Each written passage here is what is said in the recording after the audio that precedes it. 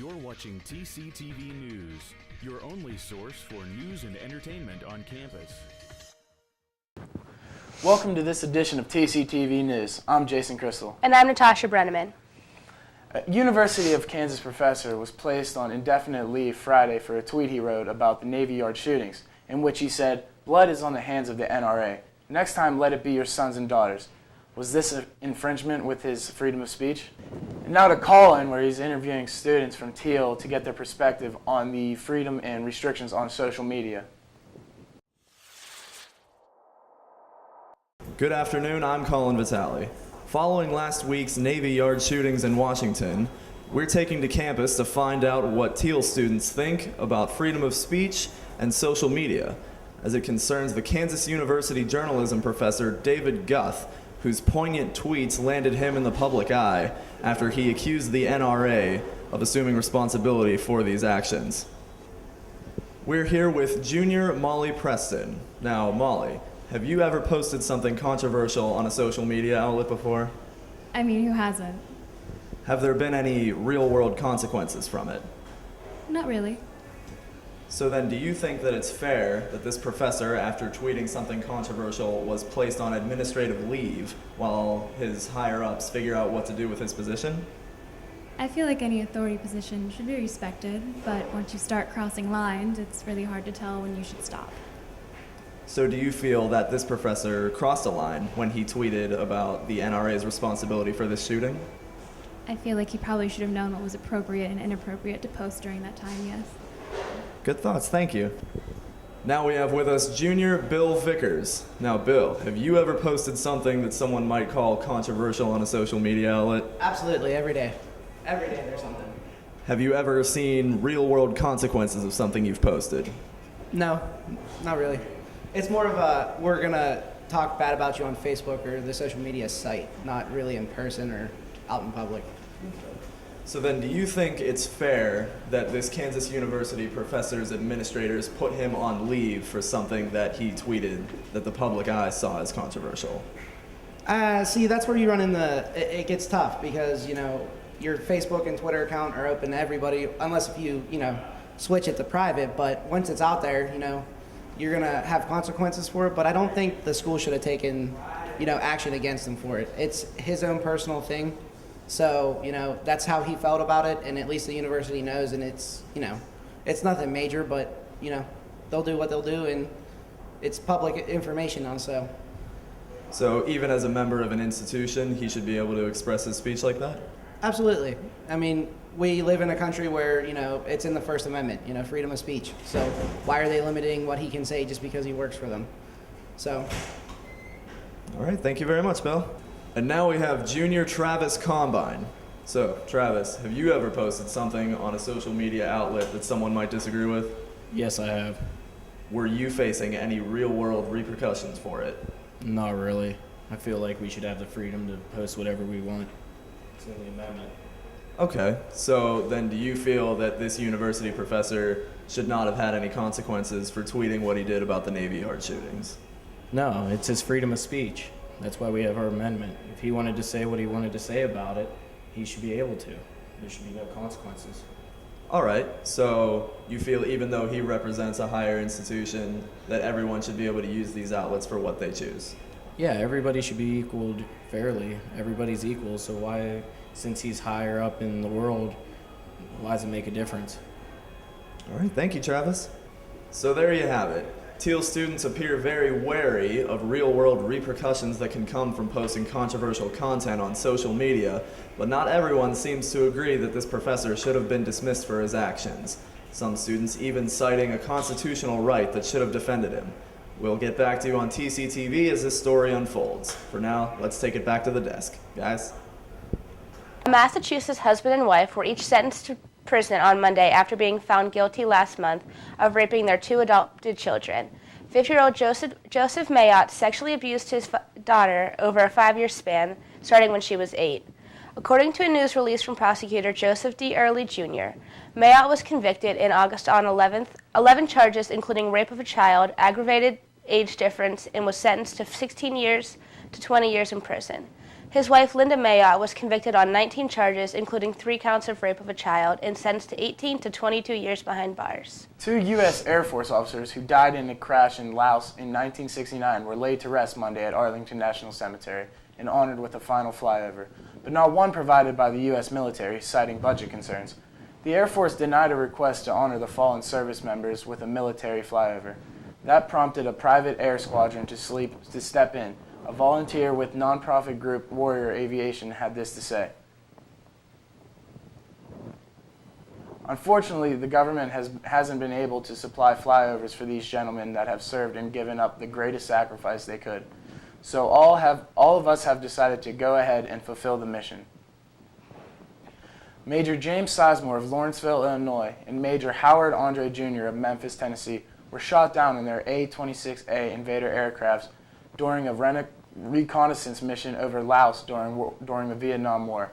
According to the Defense Department, the pilots were considered killed in action. There was something odd about 30 suitcases that showed up on a flight from Venezuela. The colorful bags weren't registered to any of the passengers on the plane, so when French officials opened them, they discovered 1.3 tons of pure cocaine stuffed inside. What was the street value of the stash, you ask? 200 million euros, or $270 million. The catch was made on September 11th, but French authorities didn't publicize the find until Tuesday with fear of misleading evidence. Venezuela's public ministry said that authorities had detained 3 members of the National Guard in connection with the incident. Are you throwing out perfectly good food? A new report from the Natural Resources Defense Council says Americans are prematurely throwing out food, largely because of confusion over what expiration dates actually mean. Most consumers mistakenly believe that expiration dates on food indicate how safe the food is to consume, when these dates actually aren't related to the risk of food poisoning or foodborne illness. The dates solely indicate freshness and are used by manufacturers to convey when the product is at its peak. That means the food does not expire in the sense of becoming inedible. We will now take it over to Megan on a special segment on Greek recruitment. Hi, I'm Megan Williams, and I'm here with Ashley McMillan. Hi. Hi. What was your favorite part about recruitment? My favorite part was meeting all of the different sorority sisters and experience their different things that they support. What was your least favorite part? It was really time consuming and it took up a lot of time, but I think it was worth it. What are you looking forward to in Greek life? Getting involved in the community and our sisters. All right, thank you. I'm here with Lacey Weaver. What was your favorite part about recruitment? My favorite part about recruitment was going through the whole experience and learning about all the sororities, philanthropies, and just spending time with everyone and getting to know new people. What was your least favorite part? My least favorite part was that it was pretty time consuming and that it was really late at night, and after having to do a whole bunch of homework, it was a late night, but it was definitely worth the experience. And what are you looking forward to in Greek life? I'm looking forward to spending time with my sisters and getting to know everyone and being a part of the community and just having lots of fun. Thank you. I'm Megan Williams, and back to you guys at the desk. 2 men in Thailand are in trouble with the law, thanks to an Instagram photo posted by pop star Rihanna during her recent holiday to the island of Phuket. The singer was visiting Phuket for a few days between stops on her World Diamonds tour. And during her many visits, she shared experiences on Twitter and Instagram, including a photo of her holding a loris, an endangered primate native to Southeast Asia. The Instagram picture, believed to have taken in Phuket at a nightlife spot on Bangla Road, was captioned, "Look who talking dirty to me," and liked by more than 200,000 viewers. The problem is, it's illegal for anyone to charge tourists money to take photos with endangered primates, and an issue with wildlife groups have been long trying to stamp out on the islands. Wow, that Rihanna, she's really crazy, isn't she? Yeah, she is. I'd never post something like that. Yeah, look who's talking to me dirty. Now let's go over to Amy, Colin, and Marcus at the entertainment desk for what's going on this week. Good evening, I'm Colin Vitale. I'm Amy. And I'm Marcus Dash. A #1 music album sounds pretty good to Ariana Grande. The 20-year-old singer and actor's debut album, Yours Truly, hit the top of the Billboard 200 chart. Ariana is one of 15 female solo artists whose debut album has opened at #1. Her album has a combination of oldies and R&B style music entertainment. Entertainment Weekly says that her album is purely enjoyable and it is one of the most enjoyable ones to listen to of the year. Recently, Ariana has been taking it easy and resting her vocal cords. She has put a lot of strain on them with her album's release and must rest her voice to keep them. Beyoncé was nearly pulled off stage in her most recent performance in Sao Paulo, Brazil. As Beyoncé was kneeling down toward the front row of the crowd, one of the fans got a little too ambitious and tried to yank her off stage. She didn't panic throughout the whole situation and simply told her bodyguard the fan was excited. She remained unfazed as she sang her song Irreplaceable. She got right back up after security freed her from the fan. She was very calm about the incident and expressed how happy she was to be there. The middle-aged man has not been identified and no known arrests have been made.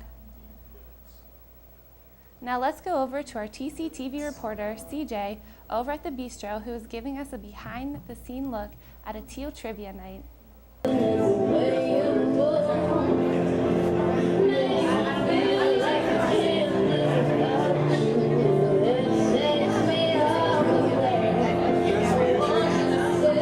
Thanks, guys. This is Teal Trivia Night. Every Tuesday night, come out and battle out for some awesome prizes, ranging from local restaurants to cash giveaways.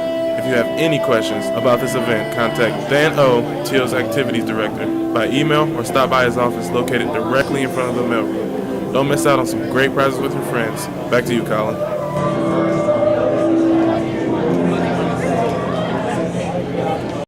After 3 weeks, Miley Cyrus is still being talked about.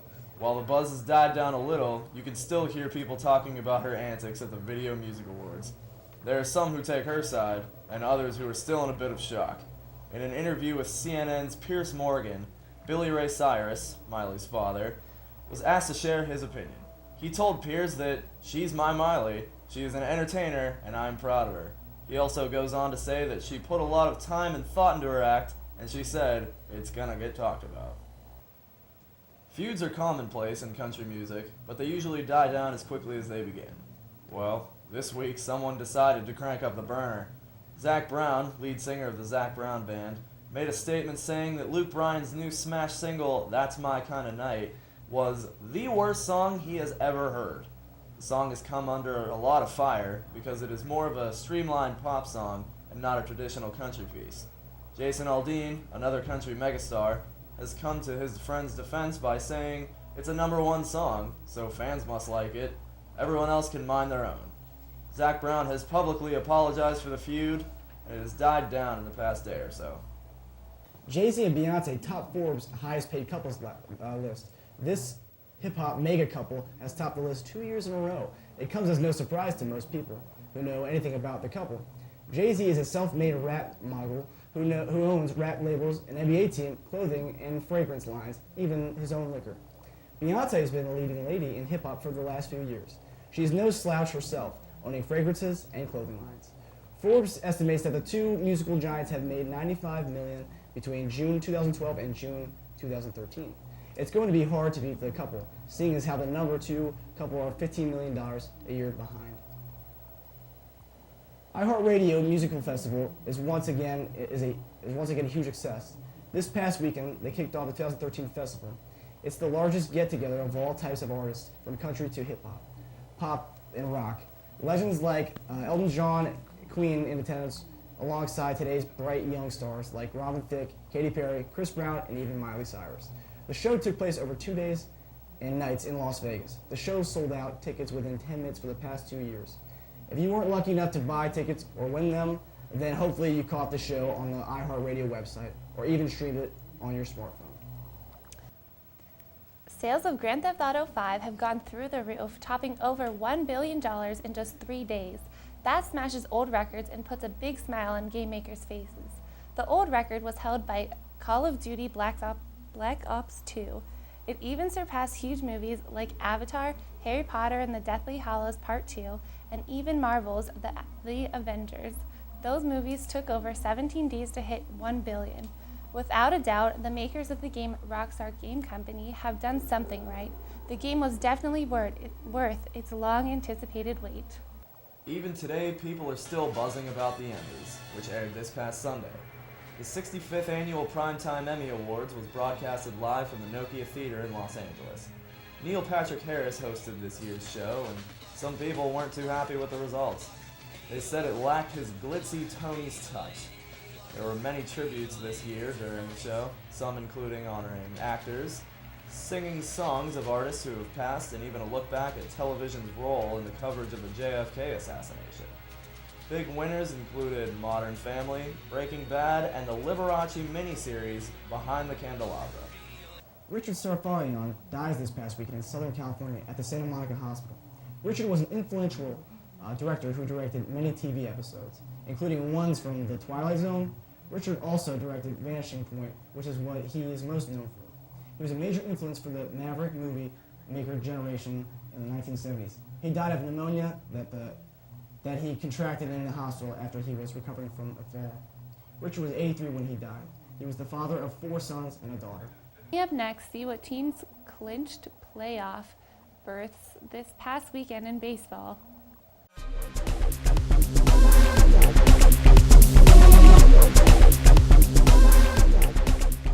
Good evening, I'm Anna Kovenchek. And I'm Jennifer Kaler. Coco Crisp hit a 3-run homer. Derek Barton and Jed Lowry had solo shots as the Oakland Athletics wrapped up their second straight American League West title while overtaking the Minnesota Twins 11-7 Sunday. The A's scored 6 runs in the second inning and 1 in each of the next 5 to set the stage for their own grand celebration as Evan Scribner struck out Yasmil Pinto, swinging for the final out. The A's ran out in the dugout. In celebration, they clinched their 16th divisional crown and 25th postseason appearance. The Braves wrapped up the National League East crown and then rode 2 homers by Andrelton Simmons to a 5-2 victory over the Chicago Cubs. The win touched off a wild party after the game in the cramped visitors' clubhouse at Wrigley Field.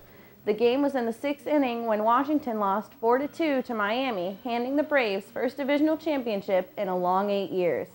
This is the break that they needed in this long stretch. As the Miami Marlins won their game, the Braves fans did the tomahawk chop in the stands. The New York Yankees honored Mariano Rivera's storied 19-year career before Sunday's game against the San Francisco Giants. It was a 50-minute ceremony which included ex-Yankee teammates Rivera's number getting retired and the rock band Metallica performing Enter Sandman.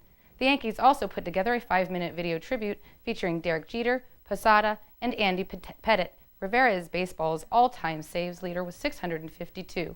Rivera had 44 saves this season and pitched to a 2.15 ERA. He's the only pitcher to record a 40-save season at age 40 or older. As the Miami Dolphins took on the Atlanta Falcons Sunday afternoon, the stadium roared as Ryan Tannehill staged a remarkable comeback against the Falcons. Tannehill was celebrating his 1-yard touchdown pass with just 38 seconds left to rookie Deion Sims. Sims, who made a one-handed catch, helped the undefeated Dolphins keep their record as they rallied past the Atlanta Falcons 27-23. Brian Hartline later said, "We have a special team with a lot of talent, and we are going to continue to improve. The sky is our limit." Aldon Smith will miss Thursday's game in St. Louis as he seeks help for a problem. Jed York, the team owner, later confirmed that Smith, an all-pro linebacker with 19.5 sacks last season, will miss Thursday's game. York also stated, "We want to make sure that Alden's never in a position like this again." After the game, Smith, who crashed his car Friday morning for a DUI, made a brief appearance in the game versus the Colts on Sunday. Smith eventually apologized to his team and the 49ers organization, along with family and friends, stating that he had let everyone down. The Teal football team traveled to Geneva this past Saturday to take on the Golden Tornadoes. Down by 22 in the second quarter, Teal tried to mount the comeback, but due to an offside kick and a pair of turnovers, the Tomcats came back and tied the game going into halftime. However, the Tomcats couldn't overtake the Golden Tornadoes as they put up a quick 14-point lead on the Tomcats in the third quarter.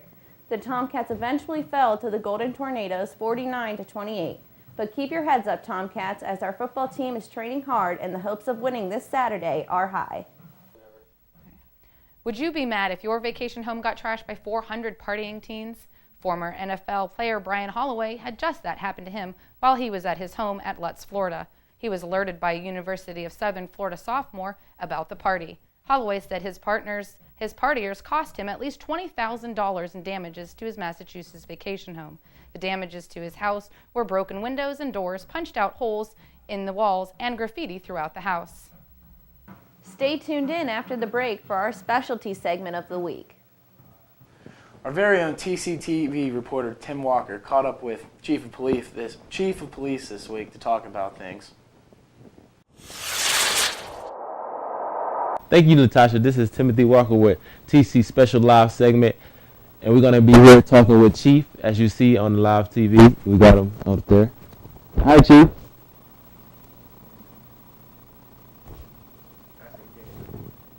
Chief, you hear me? You got me over there? I can hear you. I can hear you now. All right. How's your day going, Chief? My day is going pretty well. How's your day? It's fine. It's good. It's definitely good. It's a nice day outside, a little windy and cold. I'm still fine, though. All right, I got a couple questions for you. You ready for these? I'm ready. All right, how's the year going so far at Teal College? The year started out kind of rough, a few isolated incidents, but since then, year's been pretty smooth thus far. Just we're gearing up for homecoming, so that's an exciting time. But other than that, I mean, the year has been pretty good so far. That's great. That's great. Can you give us a quick rundown on the new policy? Yeah, one of the only new rules that we implemented is the new alcohol policy. And essentially, what we did was we mirrored it to the PA state law, which means there's harsher penalties for people over 21 supplying alcohol to people under 21. And how the policy is set here at Teal is if you're in a room with people over 21 and the people that are 21 are drinking and the people that are under 21 are not drinking, nobody gets in trouble. But if we go to a room where there are people that are 21 and under 21 are drinking, the residents of that room get charged $50 per person that's under 21 drinking.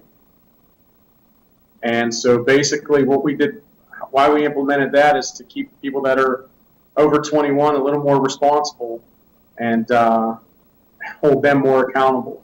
And then for the people that are under 21, there was no incentive for them not to drink. Now they're able to go to a party where there's alcohol, and as long as they're not drinking, they're not going to get in trouble. That's good. That sounds nice. That sounds about nice. A little scary. Well, how do you find out about who under 21 and who's drinking? We now carry around a breathalyzer. The officers are equipped with a portable breathalyzer test, and people under 21, we give them the option to take that test, and if they do not show signs of alcohol, we put that in our report, and the people that are under 21 that show signs of alcohol, we also put that in the report. Great. How's Tom been as the new chief so far? My time here has been amazing. There's no complaints to Teal. Teal College is a wonderful place to work. My favorite part about this job is the relationships that I've built with students. I think that was the main reason I took this job, and it's amazing the relationships that I've built with most of the students, and I think most of the students that I have relationships with, they know that they can come to me with any issue, just not Teal related issues.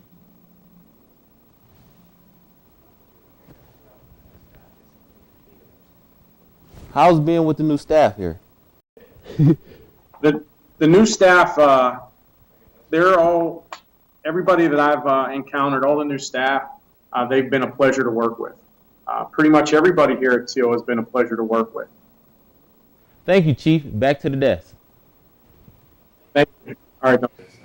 Stay tuned in for weather with Ashley next and for our kicker story of the week.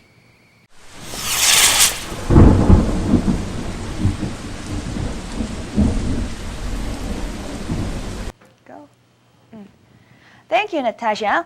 This is the weathercast for today, and I'm Ashley. Today's temperature right now is 70 degrees, and dew point is 50 degrees. Humidity is 49%, and barometer is 29.95. Wind is from east side, which is 7 mph. This is the national temperature today. Florida has 87 degrees and Texas has 92 degrees. And there Pennsylvania has 70 degrees and the east side of USA has 54 and 56 and 64. And this is the highest temperatures of today. And the highest temperature around this area is Cleveland 73, and the Pittsburgh has 70 degrees today. And Johnstown has 65 degrees today. This is the lowest temperatures of tonight. The coldest temperature here is Bradford, and there is another 39 degrees today. And Pittsburgh has 45 degrees there, and Johnstown is 44 degrees. This is the radar for today. The sky is clean today. Now this is the weather and temperature of this week. Thursday is the 75 degrees and the lowest will be 48. And the Friday we're going to expect sunny days with 76 degrees and the lowest will be 50 degrees. On Saturday there will be some clouds on our sky. 76 degrees will be the highest and the 54 will be the lowest. However, there are some chances of showers on Sunday, so the temperature is 74 and the lowest will be 51. And this precipitation will drop the temperature of next week. Monday morning, it's colder than before. It's about highest will be 68 degrees and the lowest will be 46 degrees. And this cold weather will be continued on Tuesday and Wednesday too. Back to the desk. Thanks, Ashley. What could possibly draw 500,000 spectators to a Taiwan harbor front in the midst of Typhoon Usagi threats? A giant inflatable rubber duck, of course. After stirring up a duck craze in Hong Kong in May and June, the 18-meter inflatable duck, created by Dutch artist Florentin Hoffman, arrived at Kaohsiung City in the southwestern Taiwan last Thursday. Some 500,000 people showed up to see this duck within 5 days, including on Saturday, when officials suspended the exhibition due to the expected arrival of Usagi. Kaohsiung's city love affair with the bird was kindled in 2009 when government officials went to see it on show in Osaka. Wow, that's ducking crazy. That's pretty ducking crazy. This is all that we have time for in this edition of TCTV News. I'm Jason. And I'm Natasha. Thank you and have a great evening. You've been watching TCTV News, your only source for news and entertainment on campus.